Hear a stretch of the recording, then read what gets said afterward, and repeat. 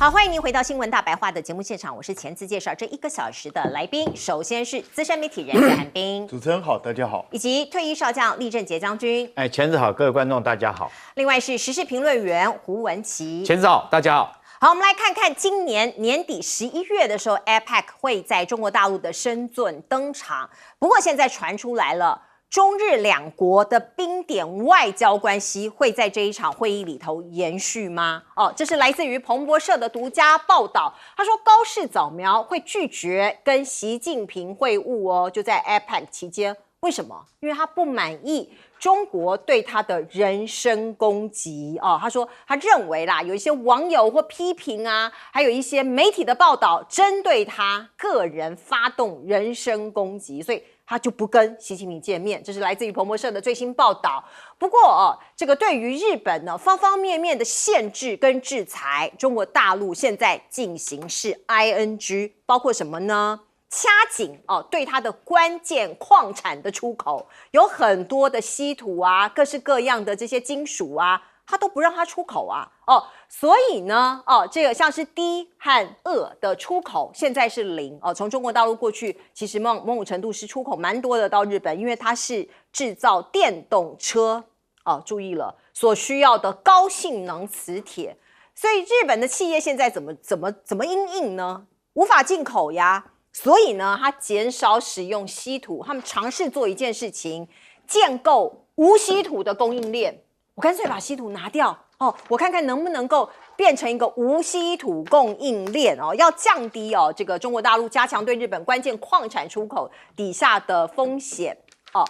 包括我们看到日本的零部件巨头Astemo 去年10月它就有做了一个新的技术开发，说是这个纯电动车新型的电机那部分这些他们拿不到的关键的矿产它就用其他的一个替代的作用。我不知道会不会成功啦不过看起来日本跟中国大陆这样的对峙对抗会持续下去。而另外呢，我们看到日本有一名员工在中国大陆的企业工作这个就是日本企业在中国大陆嘛，然后这个是日本人说是被抓了，为什么？他涉嫌把一些稀土从中国大陆给出口来到日本所以报道中说这一名人士企图将稀土相关物件带到中国境外，所以他被逮了他被逮捕了。而另外呢，高市早苗昨天在 Okinawa 有一个冲绳慰灵日，在当地有人当面向他抗议，我们来看看。戦争反対！救助を守れ！救助を守れ！24万人に会えます令和8年沖縄全戦没者追悼式が好，大家有听到现场有一些抗议者，他们喊出了一些话，不要战争那要这个和平宪法这件事情，他们希望能够坚守。这是冲绳战役的81周年，那当然过去牺牲了非常多的人那人类要不要重蹈覆辙呢？可能要考验大家的智慧了。而另外我们看到日本跟美军的演习当然无时无刻都在进行中那参与美军演习的日本陆上自卫队在奄美大岛公开展示了飞弹部队的训练这叫勇敢之盾那有一些演习包括美军已经把这个泰丰陆基远程飞弹系统还有海默斯高机动性的火箭系统都运用了，也运抵到日本海上自卫队的一个陆屋空军基地所以各种的演示，各种的合作他们其实很明显，他目标只有一个，封锁或者是对中国大陆来做一个各种的一个这个对峙因为他们认为中国大陆有很多的野心，想要拓出第一岛链、第二岛链。那我们也可以看到中国大陆的海军有一艘护卫舰，6月19号到20号也从奄美大岛和横手岛之间向东北方向驶入太平洋。所以你可以看到这样对峙的情况是非常非常的这个明显的。那日本海上自卫队跟意大利、韩国、新加坡还有菲律宾举行联合的演习，驱逐舰金刚号也参加了。还有呢，美国动作不断，它交付给菲律宾4艘太阳能无人艇那针对的是南海的监控。所以有这两个小老弟，包括菲律宾，包括日本美军看起来要持续的跟这个中国大陆 G2 这两个国家的对峙。而有一个这个不幸的消息传来，美国的海岸防卫队直升机在阿拉斯加训练的时候坠毁了，那4人轻重伤。过去一段时间，我们看到美国有很多的军机好像发生了这个鸡瘟一般这个经常出现状况，不晓得有什么样的连锁的一个效应。来请教彬哥。这个彭博说是高市早苗拒绝在 APEC 会见习近平，我是觉得习近平有打算要会见他吗？觉得这个报道蛮奇怪的我都觉得习近平应该根本就不想见高市早苗吧。那还是他先发制人说我不见他明明知道习近平不会见他嘛，所以他大概就先讲这个嘛。但反正先讲先赢嘛，就是先发制人。但是习近平因为他是东道主嘛，所以他一定会在嘛，他总不能不去，对啊，他一定要在这个地方。那但是我想，你说那种就是大拜拜型的，大家公开露面这种东西，大家也闪避不掉。那但是私人聚会，我从来就不觉得中国大陆有打算让习近平跟高市早苗单独面谈，我觉得没有这样的一个计算，所以我觉得高市早苗大概就是先讲出来会比较不尴尬。那但是对中国大陆来说，现在因为他跟日本的对峙日益升高，所以他手上有力的武器慢慢使出来，他不断的在降低中国大陆去日本的旅客啊也好，商务旅行的这些人数，然后也在降低对稀土的供应。那军民两用，他现在也全部都不给，所以日本现在陷入一个非常麻烦的一个状态，因为他们很多的企业都需要靠这些稀土，那你没有这些稀土，它的产业可能就直接停摆。事实上，已经好几个产业、好几家公司已经停摆。那即使他们有一些商会啊这些东西去中国大陆去做一些访问，那希望中国大陆能够解除这些限制，但是我想高市早苗还在执政的情况下，中国大陆要解除限制是非常困难的。所以日本他们现在说，那我就来一个非稀土供应链，我就干脆都不要用稀土，然后去做马达，去做这些东西，可不可以呢？其实可以的，而且很久以前就可以。但它面临一个什么问题？就是你到时候就是因为你要用线圈嘛，要用其他这些完全不含稀土的铁嘛，这些东西，这会造成一个结果，就是它会变得越来越大，越来越重。那大跟重成本就高昂，然后它有什么问题？它容易生锈，然后它的维修非常麻烦，它的磁力还比较弱，每隔一段时间还要充磁。其实这个技术早就发明了，那为什么过去不太应用？因为你有比较好的技术，干嘛用比较差的技术？干嘛用比较麻烦的技术？那当然，现在日本希望能够在2030年之前让这个技术能够实用化。可是我必须说，就算他们勉强达到，那也只是就是马达这些部分，你在方方面面很多，包括晶片，你怎么可能不用稀土？对不对？所以这些还是大问题啊，这个恐怕是它难以解决的一个东西。那日本现在因为高市早苗显然一心一意就是要去修宪，然后要把日本重新变成所谓的正常国家。那不只是冲绳在抗议，其实最近天皇也跟他杠上，只是天皇是比较有修养的人，人家不是用很明显的态度。但是我是觉得，虽然天皇现在在日本看起来比较像吉祥物，可是天皇毕竟还是有很多人爱戴跟支持的。那高市一直采取跟天皇对杠的这样的一个态势，我认为长期下来对他自己也不见得会非常有利。那当然，对美国来说，他的战略就是要让这个日本、韩国、菲律宾、澳洲这些在亚洲第一岛链、第二岛链周边的国家来协助他去围堵中国大陆，他自己可以退居在二线。那所以这些国家现在一个一个都嫌命出发。那当然对中国大陆来说，他也没再跟你客气，你要兵来将挡，水来土掩嘛，你来一烧我就来4烧。那你来我的海域逛逛，我就去你的海域插旗。他就是反正就跟伊朗对美国一样，我来一个对等报复，你怎么对我，我就怎么对你。所以如果日本持续的跟菲律宾在这边做演习也好啊，或是所谓的军事合作，或是划分经济海域也好，那你就会看到越来越多的解放军或是中国海警的船只会出现在我们的东部海域，出现在南海，甚至到东海、日本海，然后甚至到在日本的各个岛屿之间穿梭。我想这个就是未来必然会出现的一个状况。那日本要全面性的跟中国大陆做这样的对抗，那日本自己就要去考虑到你准备要花多少经费、人力、物资，你才能够去做这件事情。那至于说这个 Triton 这个无人艇，其实它蛮好用，因为它不但可以当船用，而且它还可以潜水，只是潜水速度比较慢啊，在水下每小时2节，但它可以撑5天以上，其实也蛮厉害。那它还可以，它不但能用太阳能，还可以用风力，它可以张开一个帆，你知道，直接靠风力来行驶，然后可以传递很多资讯回来。那这个无人机的东西真的是很方便。那我觉得奇怪，美国怎么只想到给菲律宾，怎么没想到给我们？对啊，无人艇可以卖给我们啊，就不要卖给我们，送我们啊！送我们。他们给菲律宾不是用送的吗？美国不是一直支持吗？就送我们就好了。但是我告诉你为什么没有？为什么？因为这是在低强度战场才有用的东西。哦，这个在台海周边这种相对高强度的地方，这个东西根本没有什么用。哦，来请教将军。高市早苗为什么到冲绳去？是当地老百姓会这么痛恨他？我觉得第一个当然是高市早苗这个我们都知道，他急着想要恢复军国主义，他要在这个冲绳岛这边这个部署的对舰导弹的对舰的导弹，还有防空导弹这一系列，整个用第一岛链在这边做这个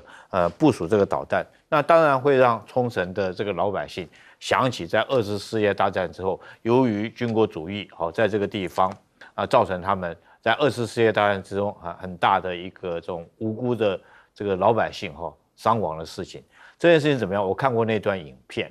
这是这个日军那时候对冲绳的老百姓实施皇民化的教育。那美军去攻占冲绳的时候，那个影片是真的是战地记者拍的，很多的冲绳的妇女抱着小孩，那不知道为什么，因为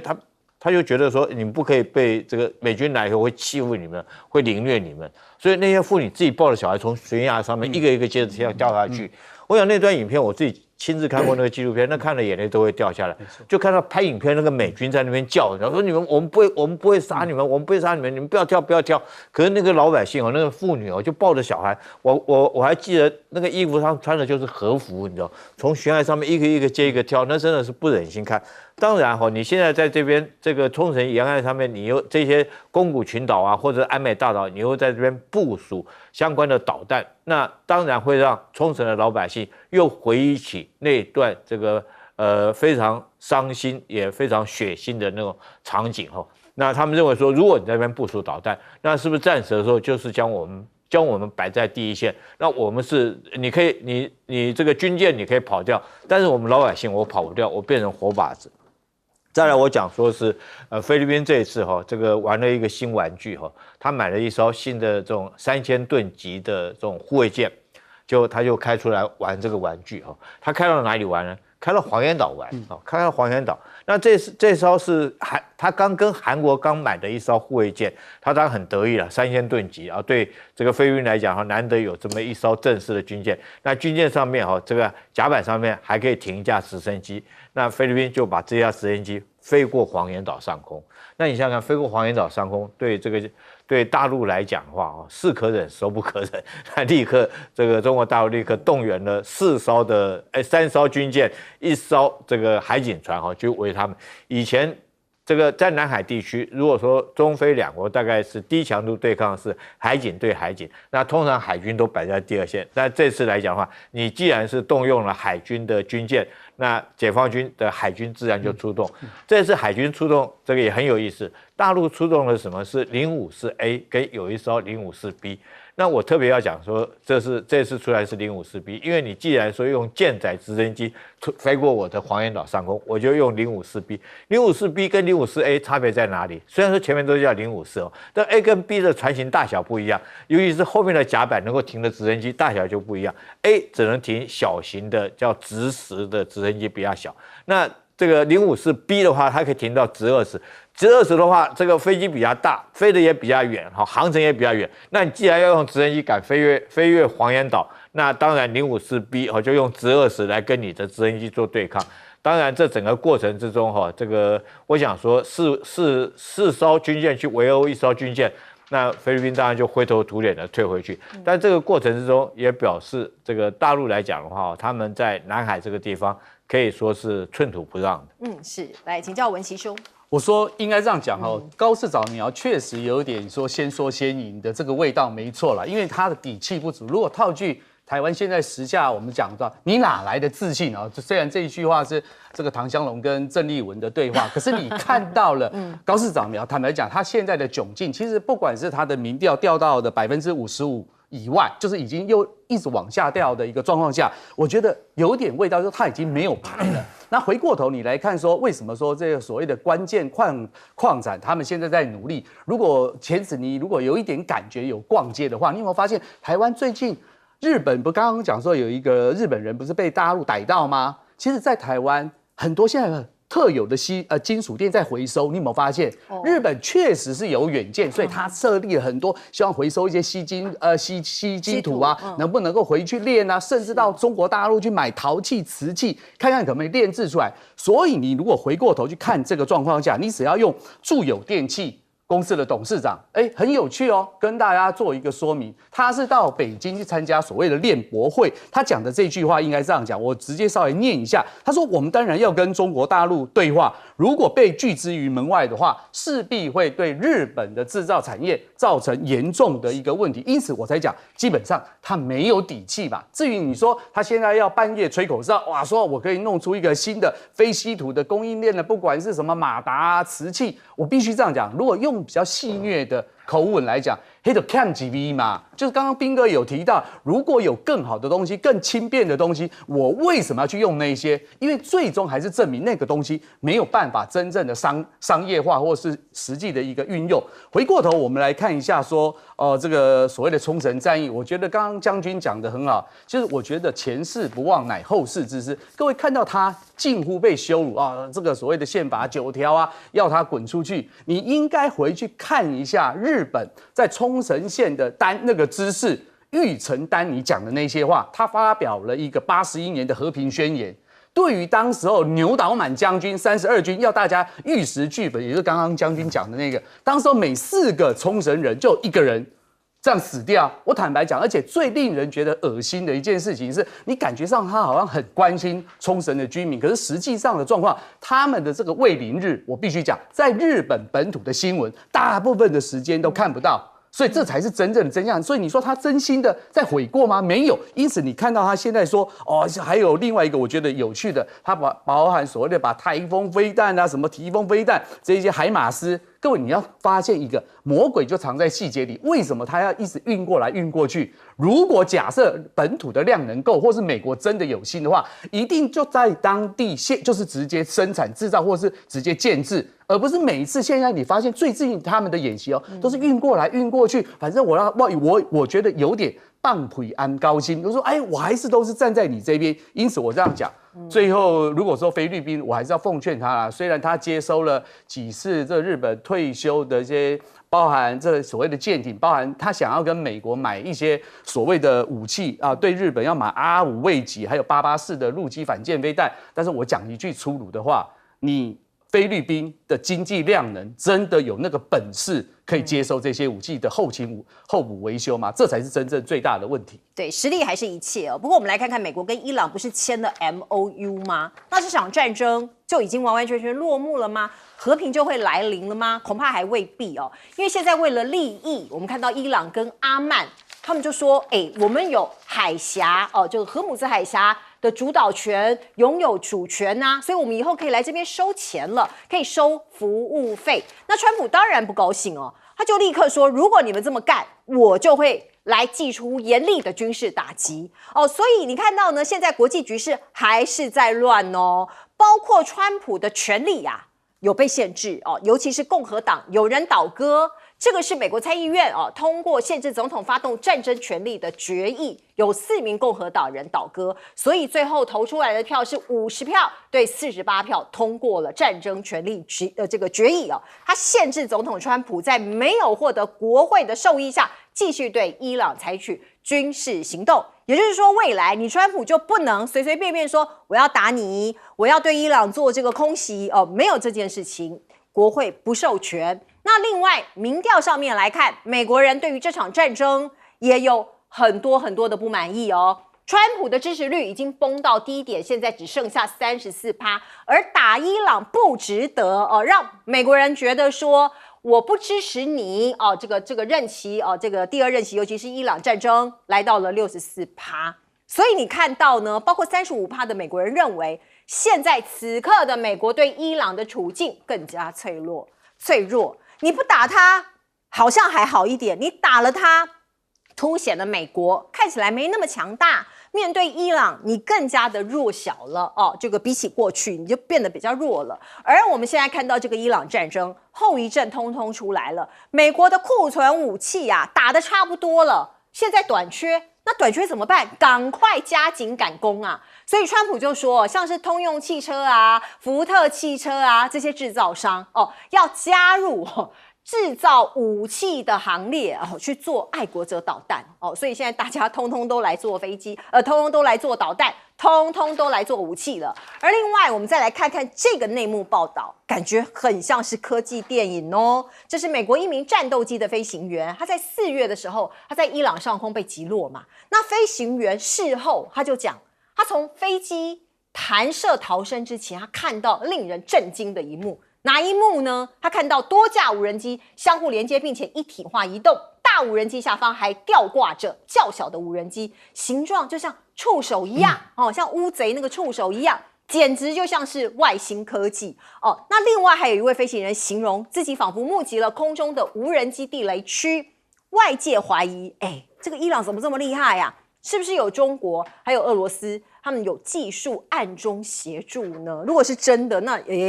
这个很可怕，或者是说外界有高度的兴趣想要研究到底他们的实力到哪里了，在无人机的这个部分。而我们看到呢，前一阵子我们有为您报道了，美国的印太司令部现在已经改名了把印度2个字拿掉。外界就在讲说，是不是美国不重视印度了？其实是也不是，因为这个外界分析就说，他要把有限的资源对付中国，集中对付中国，所以变太平洋司令，没有印度，把它拿掉了。那另外呢，我们看到阿里巴巴在美国打了一场官司，他们向加州圣荷西联邦法院提出诉状，起诉的对象是美国的国防部，因为呢，阿里巴巴它被这个限制，它是叫做陆器军工黑名单美国人说，这个国防部说你这个就是这个中国大陆的这个军工复合体所以把你变成这个黑名单。那他说他主张我不是所以他要求法令把阿里巴巴从这个名单中移除这是一场官司。那另外我们看到FIFA还在踢世足决赛，会有历史性的一幕，川普他要亲颁大力神杯这个对川普来说，他应该是很期待这一刻那我们也可以看到，包括22号的时候，川普签了2项行政命令，在本来应该是严肃的签署的仪式突然发生了一段插曲，因为川普他突然转头望着并且询问在场的诺贝尔奖得主说：“你认识我叔叔吗？”我们来看看这一幕。I've been waiting for one of them too. They don't think 8 wars is enough, I have to do 12 or 13, I think. Even though nobody's ever done one. Did you know of my uncle at all? No. You didn't? No. Sorry. Oh. You missed a good bit. 好，川普突然天外飞来一笔的这样一问，你认识我叔叔吗？大部分人都会觉得有一点，这个问题怪怪的。其实川普的叔叔叫做约翰·乔治，是美国著名的电气工程师跟物理学家。他可能觉得很骄傲吧，然后所以他就在这个这样子的一个颁奖的得奖的一个仪式签署仪式上面这个问了这些诺贝尔得奖的这些得主问了这个，可是大家都觉得怪怪的，在好像不是很适当的场合问了这一句话。来，请教彬哥。这个我是觉得很妙就是这个阿曼跟伊朗现在想说你们不是都说可以收费那我们就来收费好了。结果美国自己不是之前也说要收费吗？对啊，结果现在人家要收费，你又不爽。他说不行。我觉得反正只有美国可以。反正美国一直都有这种所谓的美国例外原则，也就是规则是给世界其他国家定的，但我美国是不需要遵守这个规则的。那这就是标准的霸主心态。那如果美国真的不同意，这2个国家大概也收不起来。那可是问题是，重点不在这2个国家要不要收费，重点是你现在到底怎么样去确保荷姆兹海峡会持续畅通无阻？那今天当然有一个好消息是，据说中油的那一艘这个游船已经从这个荷姆兹海峡离开了，然后可以往7月多会到台湾来。那问题是以后呢？以后还会持续畅通吗？所以我想，川普现在如果纠结在这些地方，我想是没有意义的。重点是你现在最重要的任务是要确保这个停火协议会持续下去，而且到最后能够转为和平的状态。所以他自己要去搞的事情还非常多，我觉得绝对不是他现在去钻研这些细微末节可以去搞定的事情。那当然，美国卷入了这场战争之后，表面上看起来他第一波打得很漂亮，把哈米这些领导人全部打挂了。那可是接下来呢，美国完全没有达到他战略目的。然后表面上战术上你好像获胜了，可是在战略上你彻底的失败。如果到最后真的是按照这14点和平协议签的话，美国简直是输了一派徒弟啊！那这到底在干嘛？所以对美国人来讲，这当然是一个很奇怪的事情啊。我们劳师动众、劳民伤财，花了这么多钱，漂洋过海到了中东去，结果打了这么一个烂仗，只不过是让所有的事情恢复到跟开战前一样。那请问一下，到底要干嘛？所以我觉得，川普如果没有办法改变美国民众的这个观感，他接下来的民调恐怕只会更往下走。那至于说美国现在军工体系出了大问题，生产量太慢这个东西，川普其实已经讲了好几次。他说就让这些汽车工厂啊什么来帮忙做啊，反正他们很多产线啊什么的也闲着。但是我觉得川普是不是有点异想天开啊？现代武器都是非常高精密度的东西，通用汽车是做汽车的，他如果去帮忙做飞弹车的底盘啊这些东西也许可以。你叫他去做爱国者飞弹，他怎么做？他根本就不会做，他也没有相关的机具，也没有生产线，也没有手的工人，这些都要慢慢培养才会出来的东西，绝对不是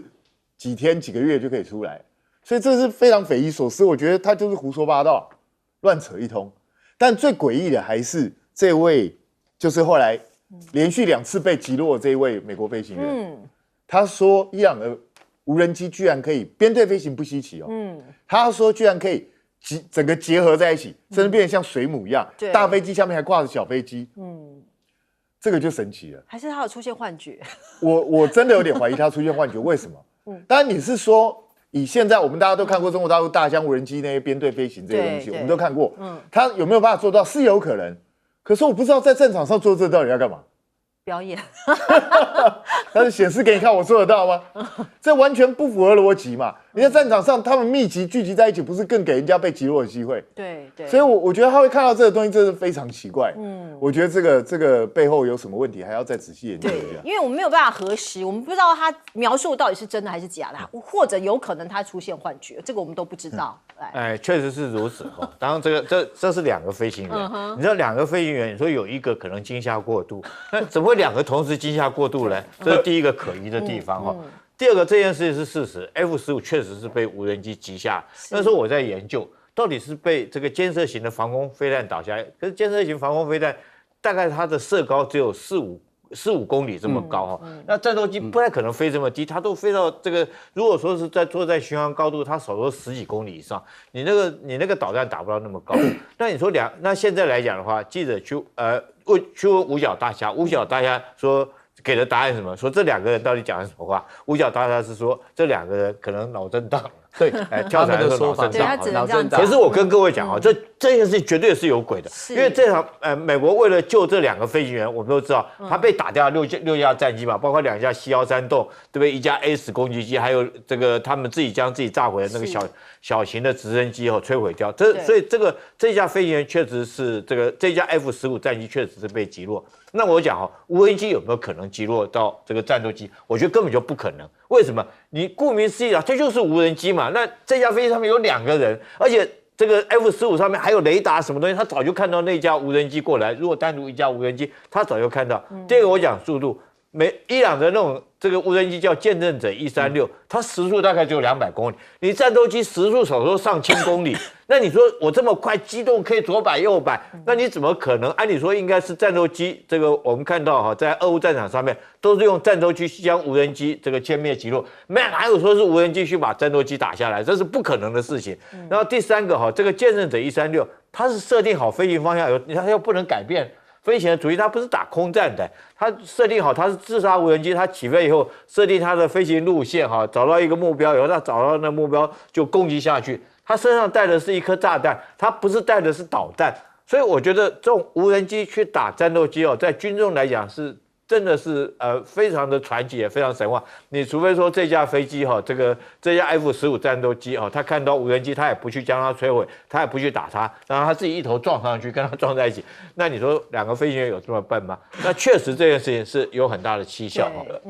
那到底伊朗有什么黑科技？它是不是在这见证者无人机上面，它又这个可以装上这个空战的导弹？短程的格斗导弹哦，然后可以用无人机来发射。如果这样的话，确实是在军事史上面啊，确实又是一个新的这种作为啊，一个新的里程碑。因为没有说是无人机去打战斗机的。对。那再来，我们讲说是这场战争很明显，我们看出来这个川普对整个海湾地区的国家已经失去了影响力。当然，海湾国家本来想说借着你哈来保护我们自己国家安全，结果没想到因为你反而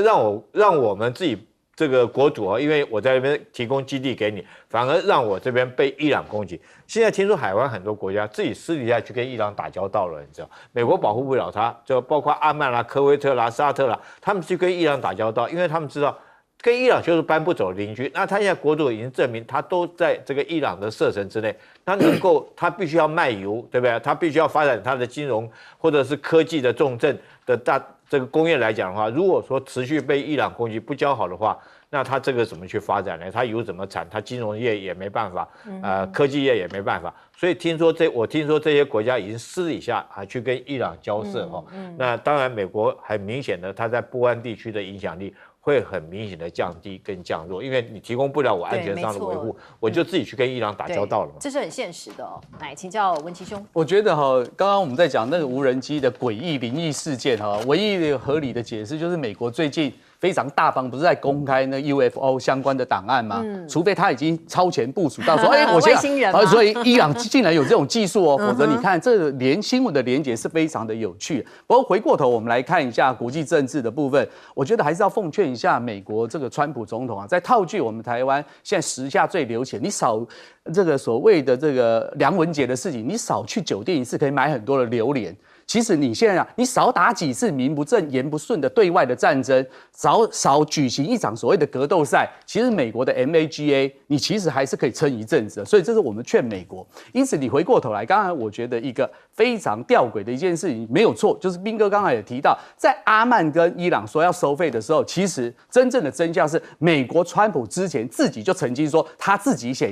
也想要收。因此我们现在看到了，我觉得一个曙光。其实你看到了现在所谓的美国的参议院有4个共和党的人的倒戈，我认为这是第一张骨牌的开始，因为大家越来越觉得奇怪，虽然你的势力很大，可是我觉得美国毕竟是我们讲山巅之城，我觉得还是一个伟大的国家。到目前为止，如果这些所谓的共和党人的倒戈，你把它看成是第一张骨牌的话，我觉得是可以期待美国的，看看有没有机会再重新再起。因此，我觉得看到美国现在的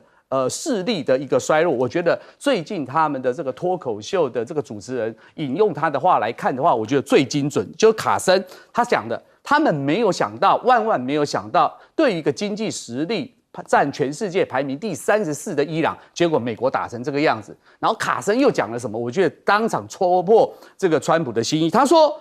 无论他现在嘴上说什么，或心里想要什么，实际上都已经无法左右结局。”其实坦白讲，这就是美国现在一个最新的状况。那至于我们刚才看到了，我觉得最好笑的一件事情，当然你看到了说，世足赛他要去证实。当然，我觉得说实话啦。我只能说，这是 FIFA 这个所谓世界足球赛的一个堕落了。坦白讲，你如果找一些品德操守很好的人来搬，我们或许会觉得讲，你叫川普去，你不觉得很好笑吗？而且当川普转过头说你认识我叔叔的，我不晓得他是不是吃了李登辉的毒，再大也没我老爸大。否则你去在这个场合讲出这样的话，我坦白讲，川普如果真的想要有真正的一个历史定位，我觉得或许他还是要闭门思过一下，怎么样才能够真的让美国重新的走回光荣之国，而不是现在都在小鼻子小眼睛在弄所谓的东乡的舞厅啊，然后要盖一些什么啊。坦白讲，这些小枝小节的部分，我觉得都没有办法，除非他只为了满足所谓的军工综合体，所以他要福斯汽车啦、美国通用，干脆有钱大家一起赚，大家通通来，所以股票也是我操纵，比特币这些所谓的也全部，否则我们看不到川普有任何真正的一个国家领导人的高度。是没有错。此刻金砖峰会的前哨战在印度的新德里登场哦，包括王毅，还有16届的金砖国家安全顾问以及高级代表会议都集中在这里哦开会。那他们呼吁是各国大家一起携手，一起应对一些挑战，包括什么呢 ？AI、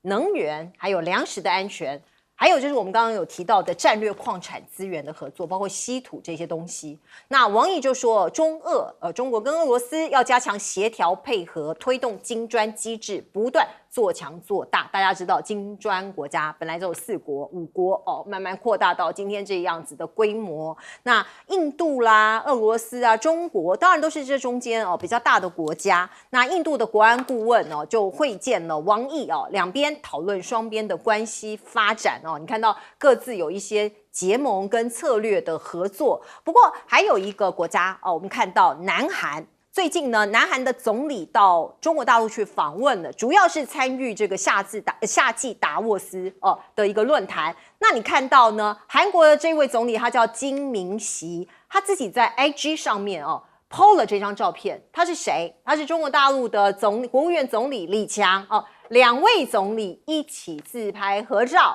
这样看起来轻轻松松、很写意的自拍照对中国国家官员，外界认为比较少这个西方媒体就会觉得说，中国大陆的官员看起来都比较严肃啊比较少这样子的一个自拍的一个画面。那我们看一下这个韩国的这位总理金明熙他比较特别。他在10多年前，2010年的时候，在中国大陆念书，他在攻读清大的法学院后来他获得了法学硕士学位那这一次他访中，他回去母校清华大学，去跟他过去的这些教授啊、师长啊，有一些拜会跟合影那他自己也讲了，他在这个地方这个求学，当时是如何这样奔波上课所以他也特别提到，在清华求学的经历是他人生里面最美好的回忆之一。那它凸显了现在南韩的一些政策跟日本非常的迥异，不太一样讲一些感情，讲一些求学方方面面的连结。那李强呢，他见南韩总理的时候呢，有讲了一些话。他说，中韩2国在半导体AI 合作上面呢，必须再加强。尤其是这些新兴的产业。那我们可以看到呢，有一则新闻也引起了美国人的注意。这是部署在深圳国家超级计算中心的林胜大家看到他在最新高性能的 LINPACK 测试中超越美国所以你可以看到他现在是世界第1名的超级计算机那分析是这样讲的，他说林胜这一次登顶，显示中国在传统高性能计算领域中重新取得突破，大概就是一个超级电脑这样子的一个概念，拿下了第1名。那另外我们再来看看，包括现在各国对于川普总统的看法，对于美国领导人的看法36国的民调，这是一项针对全球主要国家36个国家进行的民调结果川普的信任度跌到23%，竟然输给习近平跟普京那有这个高达76%的这个受访者认为川普处理国际事务的能力不 OK 那信任他的只有23%，那习近平信任他的是34%，所以比习近平还低那另外我们来看看澳洲这个国家，因为过去一段时间大概近10年吧，中国跟澳洲的关系非常非常的差，可是现在有了一些转变。包括这个调查认为这个澳洲人他认为对中国大陆的关系较对美国的关系更重要的人，第一次突破一半，就是51%，也就是有超过一半的澳洲人现在认为跟中国大陆关系比较重要高于跟美国的关系。来，请教彬哥。这个金砖又要开始，那金砖从当年的规模一路演变到今天有10个成员国，然后至少23个国家就已经就是填了申请，准备要加入，所以规模是越来越大，影响力当然也越来越大。那这个是有别于 G7啊，过去这些西方主宰的这样的一个经济体，然后他们制成一个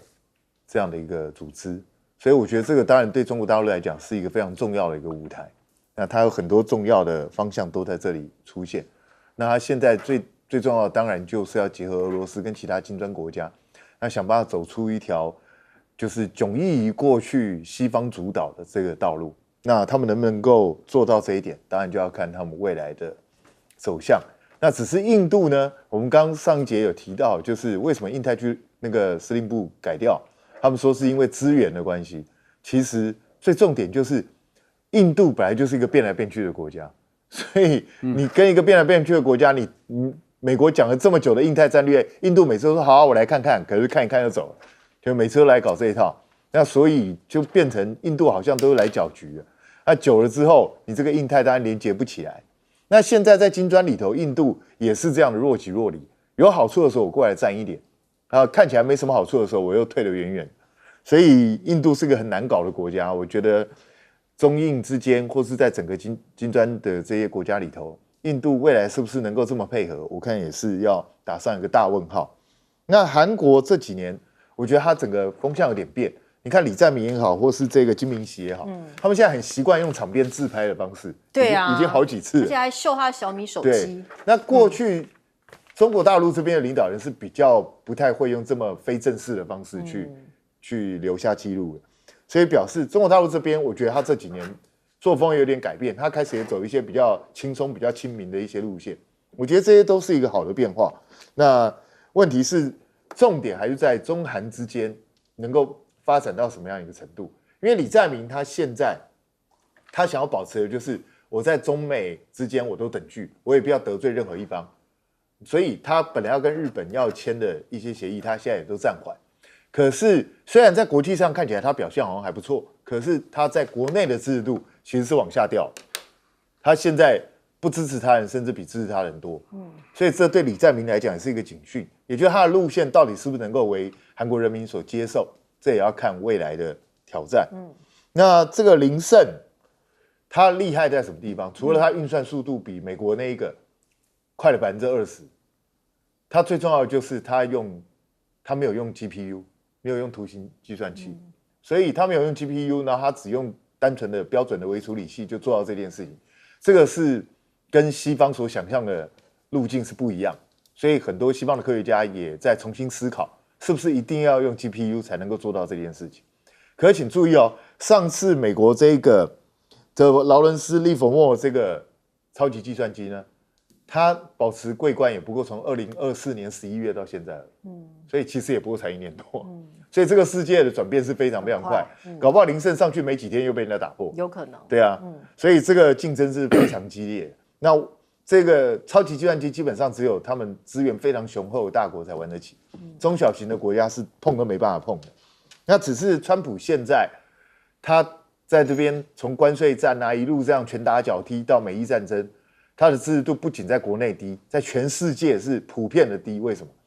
因为美国民众其实相对起来对他忍受度还比较高，还有34、35的支持度。可是全世界为什么这么低？因为这个家伙光是你看在美伊战争里头，连伊朗都嘲笑他说：“你已经讲了39次说要结束了，到现在都没结束。”一个讲话毫无诚信、每天出尔反尔的人，你说他在全世界如果信任度会高的话，那我觉得那才是活见鬼。好，我们进一下广告。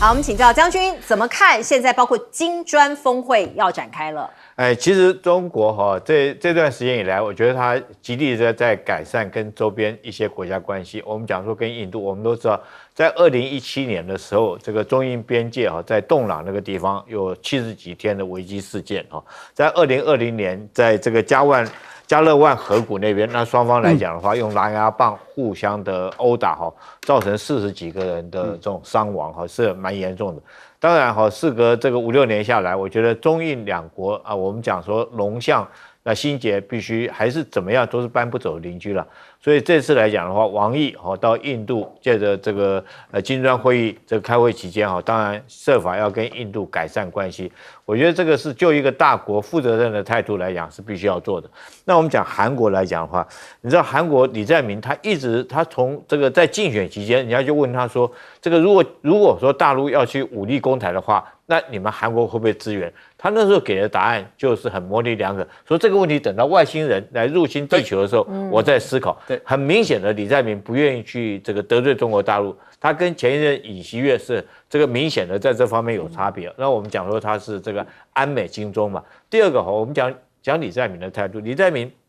你知道今年年初的时候，美军竟然没有经过韩国同意，从驻韩的基地派了一批这个 F-16战斗机跟中国在东海在黄海地方这个互相的对峙。那李在明就很不高兴了，后来要美军这个驻韩的司令来讲要道歉那现在来讲，为什么我觉得会有这个动作？因为这次在2026环太军演的时候，这个美国一直把韩国在绑到这个抗中的战车上面，然后他居然叫韩国去担任什么角色呢？担任这个整个环太军演的海上舰队的指挥官的角色找一个少将去担任这个角色。那这个角色环太军演我们都知道是很明显的是抗中的一次演习。那这个我觉得李在明在这种状况之下，他当然要跟中国搞好关系，所以说是不是借着这个总理去访中的时候，跟这个中国的总理两个总理互相面对面有一些比较友善的自拍动作做这些，然后再缓和一下这个李在明这个不是这么抗中的角色能够出来也是我觉得这方面来讲的话，李在明是对的，因为他目标最后还是要在经济上面必须要跟中国做生意。好，我们进一下广告。